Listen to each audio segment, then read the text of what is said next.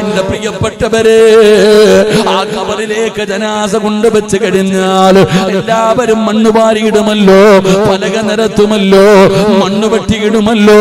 ആ ഖബറിന്റെ ചാരത്ത് നിൽക്കുന്നവർ 7 ചുവട്ടടി വെച്ച് കഴിഞ്ഞാ സുബ്ഹാനല്ലാഹ്,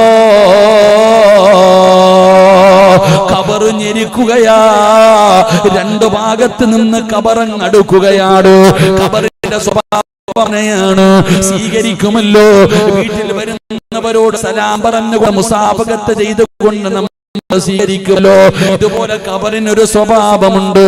അതാ ആര് ചെന്നാലും കെട്ടിപ്പിടിക്കുമടോ, ആര് ചെന്നാലും കെട്ടിപ്പിടിക്കുമടോ. അത് സാധാരണ ഒരു കെട്ടിപ്പിടുത്തമല്ല. വെള്ളിയാഴ്ച രാവിലെ ഷഹീദിനെ പോലെ മരിച്ച മനുഷ്യനാകട്ടെ, അവനെയും ഖബർ കെട്ടിപ്പിടിക്കുമെന്ന് നബി മുഹമ്മദ് മുസ്തഫ സല്ലല്ലാഹു അലൈഹി വസല്ലമ തങ്ങൾ പറയുകയാ. ആ ഖബറിന്റെ ഞെരുക്കത്തിൽ നിന്ന് ലോകത്ത് ആരെങ്കിലും രക്ഷപ്പെടുമായിരുന്നെങ്കിൽ അല്ലാഹുവേ, നബി തങ്ങൾ പറഞ്ഞല്ലോ, സഅദ് ഇബ്നു മുആദ് എന്ന് പറയുന്ന ചെറുപ്പക്കാരൻ രക്ഷപ്പെടുമായിരുന്നു. ആ ചെറുപ്പക്കാരൻ മരിച്ചപ്പോഴാ അല്ലാഹുവിന്റെ അർശ് കുലുങ്ങിയത്. ഈ ലോകത്തിന്റെ അധിപനായ പടച്ചറപ്പുണ്ടല്ലോ, അല്ലാഹുവിന്റെ സിംഹാസനം കുലുങ്ങിയത് സഅദ് ഇബ്നു മുആദ് മരിച്ചപ്പോഴാണ്.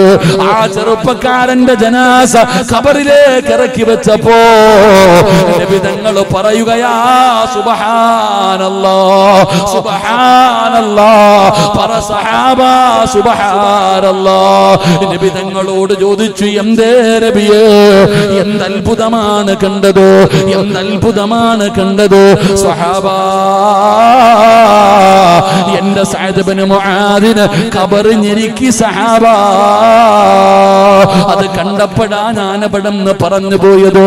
അതുകൊണ്ട് എന്റെ പ്രിയപ്പെട്ടവരോട് പറയുകയാണ്, നല്ല ഒരു മനുഷ്യന്റെ ജനാസ ഖബറിൽ കൊണ്ടുവച്ചാ ഉമ്മയ്ക്ക് സ്നേഹം കൂടുമ്പോ, ഉമ്മാന് സ്നേഹം കൂടുമ്പോ അതാ തന്റെ മക്കളെ കെട്ടിപ്പിടിക്കുമല്ലോ. ഉമ്മ സ്നേഹത്തോടെ കെട്ടിപ്പിടിക്കുന്നത് പോലെ നല്ലവരെ ഖബർ കെട്ടിപ്പിടിക്കുമെന്ന് നബി മുഹമ്മദ് മുസ്തഫ സല്ലല്ലാഹു അലൈഹി വസല്ലമ തങ്ങൾ പറയുമ്പോൾ, എന്റെ പ്രിയപ്പെട്ടവര്, മരിച്ച മനുഷ്യന്റെ ഒന്നാമത്തെ ആഗ്രഹം എന്തെന്നറിയുമോ? വിളിച്ചു പറയുകയാ, എന്നെ പെട്ടെന്ന് കൊണ്ടുപോകണേ, എന്നെ പെട്ടെന്ന് കൊണ്ടുപോയി ഖബറടക്കടോ. പടച്ചവനെ, ജനാസ വിളിച്ചു പറയും, അത് ജനാസയുടെ ആഗ്രഹമാണെന്ന് നബി മുഹമ്മദ് മുസ്തഫ സല്ലല്ലാഹു അലൈഹി വസല്ലമ തങ്ങൾ പറയുമ്പോ, 2024 കടന്നിട്ട് ഒരു വയസ്സുകൂടെ കൂടിയ വാപ്പാ, നിനക്ക് മരണം പറയുന്നത് ഇഷ്ടമല്ല, നിനക്ക് മരിക്കാൻ പേടിയാണ്, മരണമെന്ന് പറയുന്നത് പോലും നിനക്ക് പേടിയാണ്. എത്ര പേടിച്ചാലും മരണം വരും വാപ്പാ, വരണ്ട സമയത്ത് വരുമല്ലോ. എന്തേ ചരിത്രം വായിക്കാത്തത്, എന്തേ ചരിത്രം പഠിക്കാത്തത്? മഹാനായ അബ്ദുല്ലാഹ് ഇബ്നു ജഹ്ശ് റളിയല്ലാഹു തആല അൻഹു, നിനക്കറിയുമോ ആ സ്വഹാബിയുടെ ചരിത്രം? ഉഹദിന്റെ രണാങ്കണത്തിൽ യുദ്ധം നടക്കുന്നതിന്റെ തലേ ദിവസമുണ്ടല്ലോ, മഹാനായ അബ്ദുല്ലാഹ് ഇബ്നു ജഹ്ശ് റളിയല്ലാഹു തആല അൻഹു സഅദ് ഇബ്നു അബീ വഖാസ് എന്ന് പറയുന്ന തന്റെ കൂട്ടുകാരന്റെ വീട്ടിൽ പോവുകയാ. രാത്രിയിൽ തന്റെ കൂട്ടുകാരന്റെ വീടിന്റെ മുറ്റത്ത് ചെന്നു. എന്നിട്ട് വിളിക്കുന്നു, വാ കൂട്ടുകാരാ, നമുക്കൊരു സ്ഥലം വരെ പോകാം. മഹാനായ സഅദ് ഇബ്നു അബീ വഖാസ് റളിയല്ലാഹു തആല അൻഹു പാതിരാത്രിയിൽ തന്റെ കൂട്ടുകാരനെ വിളിച്ചിറക്കുകയാണ്. എന്നിട്ട് എവിടെ പോയെന്നറിയുവോ? ന്യൂ ഇയർ ആഘോഷിക്കാനല്ല, പടക്കം പൊട്ടിക്കാനല്ല, ഗാനമേള കേൾക്കാനല്ല, പെണ്ണുങ്ങളുടെ തുള്ളല് കാണാനല്ല. പാതിരാത്രി കൂട്ടുകാരനെ വീട്ടിൽ നിന്ന് വിളിച്ചിറക്കുകയാണ്. രണ്ടുപേരും കൂടെ പോയടോ. ഒറ്റയ്ക്ക് പോയൊരു സ്ഥലത്തിരുന്നു. എന്നിട്ട് വുളുവെടുത്തു. എന്നിട്ട് രണ്ടുപേരും കൂടെ 2 റക്അത്ത് നിസ്കരിക്കുകയാണ്. നമസ്കാരം കഴിഞ്ഞപ്പോ അബ്ദുല്ലാഹ് ഇബ്നു ജഹ്ഷ് തങ്ങൾ പറയുകയാ, സഅദ് ഇബ്നു അബീ വഖാസ്, നമ്മൾ നാളെ ഉഹദിന്റെ രണാങ്കണത്തിലേക്ക് പോകുകയാണ്. അതുകൊണ്ട് നിനക്ക് വേണ്ടത് നീ അല്ലാഹുവോട് ദുആ ചെയ്യൂ. ഞാൻ ആമീൻ പറയാ, ഞാൻ ആമീൻ പറയാ. അത് കഴിഞ്ഞ് ഞാൻ ദുആ ചെയ്യാ, നീ ആമീൻ പറയണേ. 2 കൂട്ടുകാരും തീരുമാനിച്ചു. പടച്ചവനേ, സഅദ് ഇബ്നു അബീ വഖാസ് റളിയല്ലാഹു തആല അൻഹു ആ പാതിരാത്രിയിൽ ഇരുന്ന് ദുആ ചെയ്യുകയാ. സഅദ് ഇബ്നു അബീ വഖാസ് റളിയല്ലാഹു തആല അൻഹുവിന്റെ വീട്ടിൽ അബ്ദുല്ലാഹ് ഇബ്നു ജഹ്ഷ് റളിയല്ലാഹു തആല അൻഹു രാത്രി പോയിട്ട് പറഞ്ഞു വരാൻ. രണ്ടുപേരും പിറ്റേ ദിവസം ഉഹദിന്റെ രണാങ്കണത്തിലേക്ക് പോകുകയാ. രാത്രി പോയി വിളിച്ചിറക്കി. ഗാനമേളയ്ക്ക് പോകാനൊന്നുമല്ല. അല്ലാഹു നമുക്ക് ഈമാൻ നൽകുമാറാകട്ടെ. എന്റെ പ്രിയപ്പെട്ട സഹോദരങ്ങളെ, ഇന്ന് വിളിച്ചിറക്കി കൊണ്ടുപോകുന്നത് വേറെ പല കാര്യങ്ങൾക്കുമാണ്. അങ്ങനെ വിളിച്ചിറക്കി. രണ്ടുപേരും കൂടെ പോയി നിസ്കാരം കഴിഞ്ഞു. എന്നിട്ട് കൂട്ടുകാരനോട് പറഞ്ഞു, നിനക്ക് വേണ്ടത് നീ ദുആ ചെയ്യ്, ഞാൻ ആമീൻ പറയാം. എനിക്ക് വേണ്ടത് ഞാൻ ദുആ ചെയ്യാം, നീ ആമീൻ പറയണം. സഅദ് ഇബ്നു അബീ വഖാസ് റളിയല്ലാഹു തആല അൻഹു അല്ലാഹുവിനോട് ദുആ ചെയ്തു, പടച്ചവനെ, നാളെ ഞാൻ ഉഹദിന്റെ രണാങ്കണത്തിലേക്ക് പോകുകയാ. ഒരു നല്ല ശത്രുവിനെ എനിക്ക് തരണം, ഒരു യോദ്ധാവായ ശത്രുവിനെ എനിക്ക് തരണം. പടച്ചവനെ, ഞാൻ അവനോട് യുദ്ധം ചെയ്തിട്ട് അവനെ ഞാൻ പരാജയപ്പെടുത്തണം. എനിക്ക് അവനെ കൊല്ലണം തമ്പുരാനെ. അങ്ങനെ സഅദ് ഇബ്നു അബീ വഖാസ് റളിയല്ലാഹു തആല അൻഹു അല്ലാഹുവിനോട് ദുആ ചെയ്തു, പടച്ചവനെ, നാളെ ഉഹദിന്റെ രണാങ്കണത്തിൽ ഒരു നല്ല ശത്രുവിനെ എനിക്ക് തരണം. എനിക്ക് അവനെ കീഴ്പ്പെടുത്തണം. എനിക്ക് അവനെ കൊല്ലണം. അങ്ങനെ സഅദ് ഇബ്നു അബീ വഖാസ് തങ്ങൾ ദുആ ചെയ്തു. അബ്ദുല്ലാഹ് ഇബ്നു ജഹ്ഷ് റളിയല്ലാഹു തആല അൻഹു ആമീൻ പറഞ്ഞു. ദുആ ചെയ്ത് കഴിഞ്ഞപ്പോൾ പറഞ്ഞു, ഇനി ഞാൻ ദുആ ചെയ്യാം, നീ ആമീൻ പറയണം. മഹാനായ അബ്ദുല്ലാഹ് ഇബ്നു ജഹ്ഷ് റളിയല്ലാഹു തആല അൻഹു അല്ലാഹുവിനോട് ദുആ ചെയ്യുകയാ, പടച്ചവനെ, നാളെ ഉഹദിന്റെ രണാങ്കണത്തിലേക്ക് ഞാൻ പോകുകയാ. ഏറ്റവും കഴിവുള്ള, എന്നെക്കാളും യോദ്ധാവായ, ക്രൂരനായ ഒരു എതിരാളിയെ നീ എനിക്ക് തരണം. കരുണയില്ലാത്ത, അല്ലാഹുവേ പടച്ചവനെ, കരുണയില്ലാത്ത, എന്നെക്കാളും ശക്തനായ ഒരു എതിരാളി എനിക്ക് തരണം പടച്ചവനെ. അല്ലാഹുവേ, അവൻ എന്റെ കാല് വെട്ടി മുറിക്കണം തമ്പുരാനെ. അവൻ എന്റെ കൈവെട്ടി മുറിക്കണം തമ്പുരാനെ. എന്റെ മൂക്ക് മുറിച്ചു മാറ്റണം തമ്പുരാനെ. അല്ലാ, എന്റെ ചെവി മുറിച്ചിട്ട് നൂലിൽ കെട്ടി തൂക്കിയിടണേ അല്ലാ. ചെറുപ്പക്കാരാ, KGF-ന്റെ കഥയല്ലടാ പറയുന്നത്. അബ്ദുല്ലാഹ് ഇബ്നു ജഹ്ഷ് റളിയല്ലാഹു തആല അൻഹു പാതിരാത്രിയിൽ തന്റെ കൂട്ടുകാരനെ വിളിച്ചിറക്കി കൊണ്ടുപോയി നിസ്കാരപ്പായിലിരുത്തിയിട്ട് അല്ലാഹുവോട് പറയുന്നു, പടച്ചവനെ, എനിക്കെതിരായി വരുന്ന യോദ്ധാവ് എന്റെ കൈകാലുകൾ വെട്ടി മുറിച്ചു മാറ്റണം പടച്ചവന്. അവൻ എന്നോട് കരുണ കാണിക്കല്ല അല്ലാ. അവൻ എന്റെ മൂക്ക് മുറിച്ചു മാറ്റണം. എന്റെ ചെവി മുറിച്ചാ പോരാ, അവനത് കെട്ടിത്തൂക്കണം പടച്ചവന്. ഇതുപോലെ ആ ഉഹദിന്റെ രണാങ്കണത്തിൽ കിടന്ന് എനിക്ക് ഷഹീദാകാനുള്ള ഭാഗ്യം തരണേ അല്ലാ. അവിടുന്ന് ദുആ ചെയ്യുകയാ, അവിടുന്ന് ദുആ ചെയ്യുകയാ. സഅദ് ഇബ്നു അബീ വഖാസ് തങ്ങളുടെ കണ്ടടങ്ങൾ നിറഞ്ഞു വീഴുകയാണ്. പറചങ്ങാതി, നീ ദുആ ചെയ്തപ്പോ ഞാൻ ആമീൻ പറഞ്ഞല്ലോ. ഇന്ന് ഞാൻ ദുആ ചെയ്യുമ്പോ നീ ആമീൻ പറയണം. എന്തിനാണെന്നറിയുമോ? നാളെ പടച്ച റബ്ബിന്റെ മുമ്പിലേക്ക് ചെല്ലുമ്പോ പറയാൻ എന്തെങ്കിലും വേണമല്ലോ. അല്ലാഹുവേ, അവിടുന്ന് ദുആ ചെയ്ത് രണ്ടുപേരും പിരിയുകയാണ്. പിറ്റേ ദിവസം ഉഹദിന്റെ രണാങ്കണത്തിൽ യുദ്ധം കഴിഞ്ഞു. സഅദ് ഇബ്നു അബീ വഖാസ് റളിയല്ലാഹു തആല അൻഹു അവിടുന്ന് ദുആ ചെയ്തതുപോലെ പടച്ച റബ്ബ് ദുആ സ്വീകരിക്കുകയാ. ഒരു നല്ല എതിരാളിയെ കിട്ടി, ഒരു യോദ്ധാവിനെ കിട്ടി. ആ മനുഷ്യനെ അവിടുന്ന് പടച്ചവനെ സഅദ് ഇബ്നു അബീ വഖാസ് തങ്ങൾ അവിടുന്ന് വധിക്കുകയാ. വലിയ സന്തോഷമായി. പക്ഷേ സഅദ് ഇബ്നു അബീ വഖാസ് തങ്ങൾ ഓടുകയാ. ഇന്നലെ പാതിരാത്രി എന്റെ കൂടെ ഇരുന്ന് ദുആ ചെയ്ത എന്റെ കൂട്ടുകാരന്റെ ദുആ അല്ലാഹു സ്വീകരിച്ചോ. ഉഹദിന്റെ രണാങ്കണത്തിലൂടെ കടന്നു ചെല്ലുമ്പോ കാണുന്നടാ ചെറുപ്പക്കാരാ, കാല് മുറിച്ചു മാറ്റിയിട്ടുണ്ട്, കൈ മുറിച്ചു മാറ്റിയിട്ടുണ്ട്, മൂക്ക് മുറിച്ചു മാറ്റിയിട്ടുണ്ട്.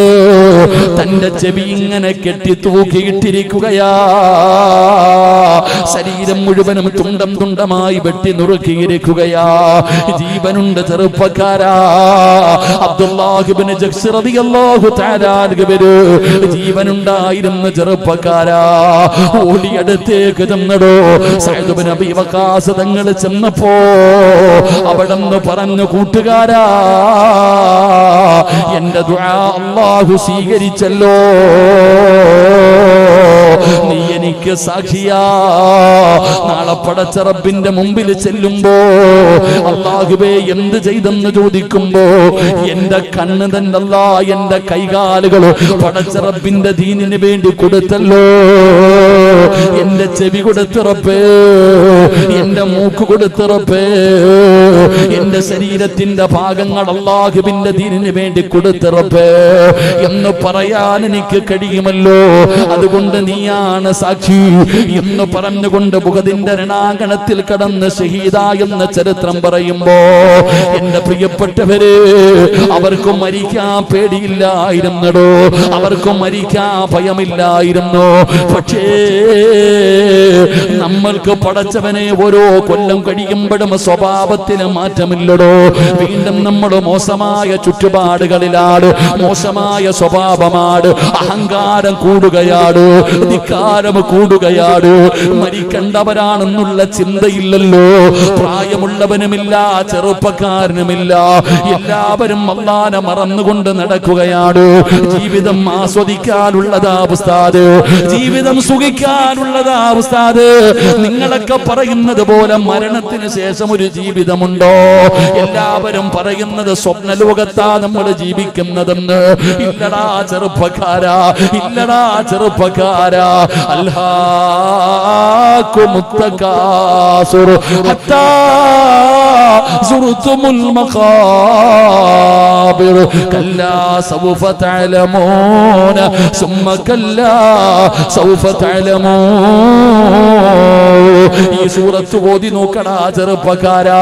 അല്ലാഹുവിന്റെ വിശുദ്ധമായ ഖുർആൻ നിന്റെ വീട്ടിലുണ്ടല്ലോ. നീ പോയിട്ട് അല്ലാഹുവിന്റെ ഖുർആൻ എടുത്തിട്ട് ഈ ചെറിയ സൂറത്ത് നീ ഒന്ന് ഓതി നോക്ക്, അതിന്റെ അർത്ഥമൊന്ന് വായിച്ചു നോക്ക്. അതുകൊണ്ട് എന്റെ പ്രിയപ്പെട്ടവരോട് പറയുകയാണ്, നല്ലവരെ പോലെ വേണം മരിക്കാൻ, നന്മകൾ ചെയ്തിട്ട് വേണം മരിക്കാൻ. ഈ ലോകത്ത് നിന്ന് വിട പറയുന്ന സമയത്ത് അല്ലാഹു ഇഷ്ടപ്പെട്ടവരെ പോലെ നന്മകൾ ചെയ്തിട്ട് പോയാൽ നീ ഭയപ്പെടണ്ട. നീ വിളിച്ചു പറയും, എന്നെ കൊണ്ടുപോകണേ, എന്നെ കൊണ്ടുപോകണേ, എന്നെ എത്രയും പെട്ടെന്ന് കൊണ്ടുപോയി നിങ്ങളെ കബറിൽ കൊണ്ടുപോയി ഒന്ന് കബറടക്കണേ. ഭയമില്ലടോ, കബർ പേടിയില്ലടോ, കബറിൽ പോകാ ഭയമില്ലടോ. കാരണം അവർ ജീവിതത്തിൽ ചെയ്യേണ്ടത് ചെയ്തു വെച്ചിരിക്കുകയാ. സമസ്ത ഇഷ്ടപ്പെടുന്ന ഒരുപാട് ചെറുപ്പക്കാരുണ്ടല്ലോ, SKSSF-ന്റെ മക്കളുണ്ടല്ലോ, കായുടെ ചെറുപ്പക്കാരുണ്ടല്ലോ. മക്കളെ, നിനക്ക് സമസ്തയുടെ പണ്ഡിതന്മാരെ കുറിച്ച് അറിയുമോ? അല്ലാഹുവേ, മഹാനായ ശൈഖുന അതാ പടച്ചവനെ കോയക്കുട്ടി ഉസ്താദ് എന്ന് പറയുന്ന ഒരു മഹാനുണ്ടായിരുന്നടാ ചെറുപ്പക്കാരാ. അല്ലാഹുവിനെ വല്ലാതെ ഭയന്ന് ജീവിച്ച മഹാരാ. നിനക്കറിയുവോ, നിനക്കറിയുവോ ചെറുപ്പക്കാരാ? ഒരു ഉസ്താദിന്റെ പ്രഭാഷണം കേട്ടു, വീട്ടിലെ കബറ് കുടിച്ചിട്ടിട്ടുണ്ട്. പടച്ചവനെ കോയക്കുട്ടി ഉസ്താദ് അല്ലാഹുവേ വീട്ടിലെ കബറ് കുടിച്ചിട്ടിട്ടുണ്ട് എന്ന് പറയുന്നത് കേട്ടപ്പോ ഒരിക്കലാ കാണാൻ പോയടാ ചെറുപ്പക്കാരാ. പടച്ചവനെ ഉസ്താദിന്റെ വീട്ടിൽ രോഗം പിടിച്ച് കിടക്കുമ്പോ അവിടെ കാണാൻ പോയി.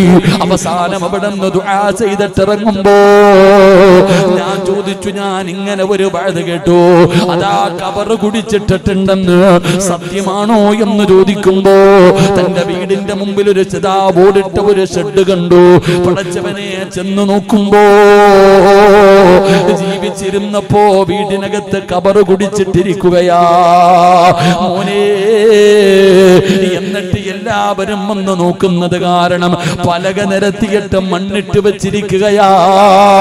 ജീവിച്ചിരുന്നപ്പോഴേ കബറ് കുടിച്ച മഹാനാട് പടച്ചവനെ മഹാനായ ശൈഖുന കോയക്കുട്ടി ഉസ്താദ്. റബ്ബേ, അവിടത്തെ ദറജ ഉയർത്തി കൊടുക്കണേ അല്ലാഹ്. നമ്മുടെ നേതാക്കന്മാരങ്ങനെ ചെറുപ്പക്കാരാ. പക്ഷേ ഇന്നത്തെ യുവത്വം പഠിക്കേണ്ട ഒരുപാട് കാര്യമുണ്ട്. ബഹുമാനായ ഉസ്താദ് പറഞ്ഞല്ലോ, മോനെ ആവശ്യമില്ലാത്ത കാര്യങ്ങൾ പറയല്ലോ, ആവശ്യമില്ലാത്ത ചർച്ചകളുടെ പുറകിൽ നടക്കല്ലോ. നേതൃത്വം എന്താണോ പറയുന്നത് അനുസരിക്കണേ മോനെ. എല്ലാവരും എങ്ങനെയെങ്കിലും തമ്മിലടിപ്പിക്കാനാ നോക്കുന്നത്. രാജ്യം വളരെ പ്രയാസകരമായ ഒരു സാഹചര്യത്തിലൂടെ കടന്നു പോകുമ്പോ ഉമ്മത്ത് ഐക്യപ്പെടേണ്ട സമയത്താണ് ഇതുപോലെയുള്ള ആവശ്യമില്ലാത്ത വിവാദങ്ങൾ ഉണ്ടാക്കുന്നത്. പലർക്കും തമ്മിലടിപ്പിക്കാനാണ്, മുസ്ലിമീങ്ങളെ പരസ്പരം തമ്മിലടിപ്പിക്കാൻ വൻശക്തികൾ പ്രവർത്തിച്ചു കൊണ്ടിരിക്കുന്ന കാലമാ. ആവശ്യമില്ലാത്ത വിഷയങ്ങളിൽ തലയിടരുത്, ആവശ്യമില്ലാത്ത വിഷയങ്ങളിൽ അഭിപ്രായം പറയരുത്. മോനെ നേതൃത്വം എന്ത് പറയുന്നോ അതനുസരിക്കലാണ് ഒരു അനുയായിക്ക് വേണ്ട ഗുണമതാണ്. അൽഹംദുലില്ലാഹ് പടച്ചവനെ എല്ലാവരും ബാംഗ്ലൂരിൽ പോകാൻ കാത്തിരിക്കുകയാ. 100ാം വാർഷികത്തിന്റെ പ്രഖ്യാപനം കേൾക്കാൻ ദിവസങ്ങൾ എണ്ണിയിട്ട് കാത്തിരിക്കുകയാ. അല്ലാഹുവേ ആ സമ്മേളനം നീ വിജയിപ്പിക്കണേ അല്ലാ. പോകണം ചെറുപ്പക്കാരാ, പോകണം ചെറുപ്പക്കാരാ. എത്ര കഷ്ടപ്പെട്ടിട്ടാണെങ്കിലും സമയം മാറ്റിവെച്ചിട്ട് പോകണം പൊന്നുമോര്. ഇത് ജീവിതത്തിൽ കിട്ടുന്ന ഒരു വലിയ ഭാഗ്യമാണടാ. ഇത് അല്ലാഹു തരുന്ന ഒരു അവസരമാ. പടച്ചവനെ സയ്യിദന്മാര് വിളിച്ചാ, പടച്ചവനെ സമസ്ത വിളിച്ചു കഴിഞ്ഞാൽ ആ വിളി ഏത് കാട്ടിലാണെങ്കിലും പോകണം ചെറുപ്പക്കാരാ. അത് നമ്മുടെ നേതൃത്വം വിളിക്കുന്നതാണ്, സയ്യിദന്മാര് വിളിക്കുന്നതാണ്. അതുകൊണ്ട് എന്റെ പ്രിയപ്പെട്ടവരോട് പറയുകയാ, എല്ലാവരും അതിൽ പങ്കെടുക്കണം. അതിന്റെ വിജയത്തിന് വേണ്ടി ആത്മാർത്ഥമായി ദുആ ചെയ്യണം.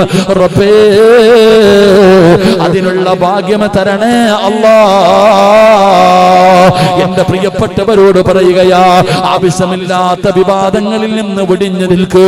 എന്റെ പ്രിയപ്പെട്ടവരെ, ഞാൻ പറഞ്ഞു വന്നത് മരിക്കാൻ പേടിയില്ലായിരുന്നു, മരിക്കാൻ ഭയമില്ലായിരുന്നു.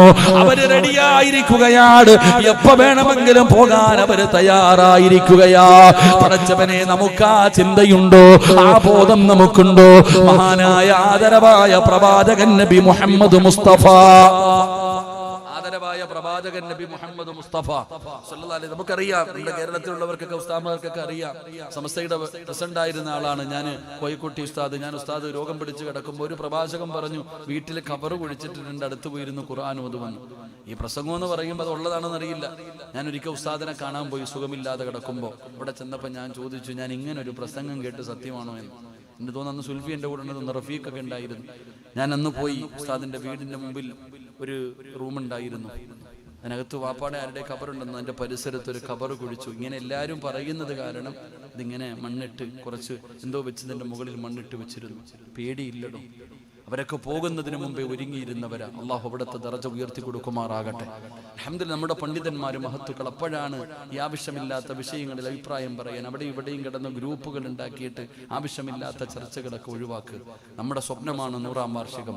അൽഹംദുലില്ലാഹ് സമസ്ത വിളിച്ചു, പോകാൻ തയ്യാറാകുക. അള്ളാഹു ഭാഗ്യം തരുമാറാകട്ടെ, അള്ളാഹു ഭാഗ്യം തരുമാറാകട്ടെ. പോകണം സഹോദരൻ. നിങ്ങളൊക്കെ, ഞങ്ങളെ സംബന്ധിച്ചിടത്തോളം ഞങ്ങൾക്ക് വലിയ ദൂരമാണ്. നിങ്ങൾ എത്ര വലിയ ഭാഗ്യവാന്മാരെ. ഇവിടുന്ന് ബാംഗ്ലൂർ വരെ പോകണമെങ്കിൽ അൽഹംദുലില്ലാഹ് 3-5 മണിക്കൂർ വരെ, 5 മണിക്കൂറുണ്ടൊക്കെ പോയി, 5-6 മണിക്കൂർ. അൽഹംദുലില്ലാഹ് പോകണം സഹോദര. അൽഹംദുലില്ലാഹ് നിങ്ങൾ പോയാലും പോയില്ലെങ്കിലും അത് വിജയിക്കുമടോ. അല്ലാഹു ഈമാൻ നൽകുമാറാകട്ടെ. അതാ, നമ്മൾ പോയാലും പോയില്ലെങ്കിലും അത് വിജയിക്കും. അതങ്ങനെ അൽഹംദുലില്ലാഹ്. ഏത് ആലപ്പുഴയിലൊക്കെ 90ാം വാർഷികം ആലപ്പുഴയിൽ വെച്ച് നടത്തിയപ്പോൾ ഞങ്ങളൊക്കെ വിചാരിച്ചു, പഠിച്ചാൽ അവിടെ വെച്ചാൽ വിജയിക്കുമെന്ന്. ആലപ്പുഴ എന്ന് പറയുന്ന നിങ്ങളുടെ നാട് പോലെ ഒരുപാട് പേരുള്ളവരല്ല. പക്ഷെ അൽഹംദുലില്ലാഹ് എൻ്റെ പ്രിയപ്പെട്ടവരെ, വിളിച്ചു കഴിഞ്ഞാൽ അത് എവിടെയാണെങ്കിലും വരും. അള്ളാഹു നമ്മുടെ നേതൃത്വത്തിന് ആഫിയത്തുള്ള ദീർഘായുസ് നൽകുമാറാകട്ടെ. മരിക്കുന്ന കാലം വരെ ഉറച്ചു നിൽക്കാൻ അള്ളാഹു ഭാഗ്യം തരുമാറാകട്ടെ. ഞാൻ പറഞ്ഞു വന്നത്, നമുക്കും മരിക്കാൻ പേടിയാ. എന്തുകൊണ്ടാ? നീ ഒന്നും ചെയ്യാത്തത് കൊണ്ടാ. അതാ ചരിത്രം പറയുന്നത്, ഒരു മനുഷ്യന്റെ റൂഹ് പിടിക്കുന്നതിന് വേണ്ടി മലക്കുൽ മൗത്ത് അസ്റായീൽ അലൈഹിസ്സലാം ഇറങ്ങി വന്നു. അസ്റായീൽ എന്ന് പറയുന്ന മലക്ക് ഇറങ്ങി വന്നപ്പോ ഈ മനുഷ്യനോട് പറഞ്ഞു, അള്ളാഹു എന്നോട് പറഞ്ഞിട്ടുണ്ട്, നിനക്ക് വല്ല ആഗ്രഹമുണ്ടെങ്കിൽ അത് സാധിപ്പിച്ചതിന് ശേഷമേ നിന്റെ റൂഹ് പിടിക്കാവൂ എന്ന് അള്ളാഹ് പറഞ്ഞിട്ടുണ്ട്. അതുകൊണ്ട് നിനക്ക് വല്ല ആഗ്രഹവുമുണ്ടോ? നിനക്ക് വല്ല ആഗ്രഹവുമുണ്ടോ? ആ മനുഷ്യൻ പറഞ്ഞ മറുപടി എന്തെന്നറിയോ? എൻ്റെ പൊന്നാര അസ്റായീലെ, 40 കൊല്ലമായി ഞാൻ ഒരുങ്ങിയിരിക്കുക, നീ എപ്പോഴാ വരുന്നത് എന്ന് കാത്തിട്ട്. 40 വർഷമായിട്ട് നീ എപ്പോഴാണ് വരുന്നത് എന്ന് നോക്കിയിട്ട് ഞാൻ ഒരുങ്ങിയിരിക്കുക. എനിക്ക് ഒരാഗ്രഹമില്ല. പിടിച്ചോളാൻ അല്ലാഹു നമുക്ക് ഈമാൻ തരുമാറാകട്ടെ. നമ്മളാണെങ്കിലോ ചിന്തിക്കടോ സഹോദര. അതുകൊണ്ട് മരിച്ചുപോയ ഒരു മനുഷ്യന്റെ ഒന്നാമത്തെ ആഗ്രഹം അവൻ പറയുന്നത്, എന്നെ എത്രയും പെട്ടെന്ന് നിങ്ങൾ കബറിൽ കൊണ്ടുപോയി, നിങ്ങൾ എത്രയും പെട്ടെന്ന് എന്നെ കബറിൽ കൊണ്ടുപോയി വെച്ചുകൊണ്ടിരിക്കല്ലേ, എത്രയും പെട്ടെന്ന് എന്നെ കബറിൽ കൊണ്ടുപോയി കബറടക്ക്. അതാണ് ആ മരിച്ച ജനാസയുടെ, ആ മരിച്ച മയ്യത്തിന്റെ ഒന്നാമത്തെ ആഗ്രഹമെന്ന് ആദരവായ പ്രവാചകൻ നബി മുഹമ്മദ് മുസ്തഫ. അതുകൊണ്ട് ദയവ് ചെയ്ത് മക്കളോട് പറയുകയാ, മരിച്ചു കഴിഞ്ഞാൽ കാണിക്കേണ്ടവരെ കാണിക്കണം, പെട്ടെന്ന് കൊണ്ടുപോയി കബറടക്കണം. അല്ലാതെ ഗൾഫിൽ കിടക്കുന്നവൻ വരട്ടെ, അവിടെ കിടക്കുന്നവൻ വരട്ടെ എന്ന് പറഞ്ഞുകൊണ്ട് വെച്ചുകൊണ്ടിരിക്കുന്ന അത്ര നല്ലതല്ല. ഒരാൾ കൂടെ വരാനുണ്ട് എന്ന് പറഞ്ഞ് വെച്ചുകൊണ്ടിരിക്കരുത്. എത്രയും പെട്ടെന്ന് കാണിക്കുന്നവരെ കാണിക്കുക, കൊണ്ടുപോയി കബറടക്കുക. അത് ആ മയ്യത്തിനോട് കാണിക്കുന്ന കരുണയ. അള്ളാഹു നമുക്ക് ഈമാൻ നൽകുമാറാകട്ടെ. രണ്ട് നിർത്താറായോ? 11:30 വാച്ചി നോക്കുമ്പോൾ എനിക്ക് മനസ്സിലാകുന്നുണ്ട് സമയമുണ്ടെന്ന്. എന്തായാലും എനിക്ക് നാളെ വഴുതൊന്നുമില്ല. അൽഹംദുലില്ലാ, കുറേ ദിവസങ്ങൾക്ക് ശേഷം ഒരു റെസ്റ്റ് കിട്ടി. അത് നാളെ എനിക്ക് എന്തായാലും ഫ്രീയാ. ഞാൻ വിചാരിച്ചു, പടച്ചവനെ എന്തായാലും മഴ പെയ്യത്തില്ല, മഴ പെയ്യുന്ന നാളെ ഉണ്ടല്ലോ എന്ന് വിചാരിച്ചു. എന്തിനാ മഴ?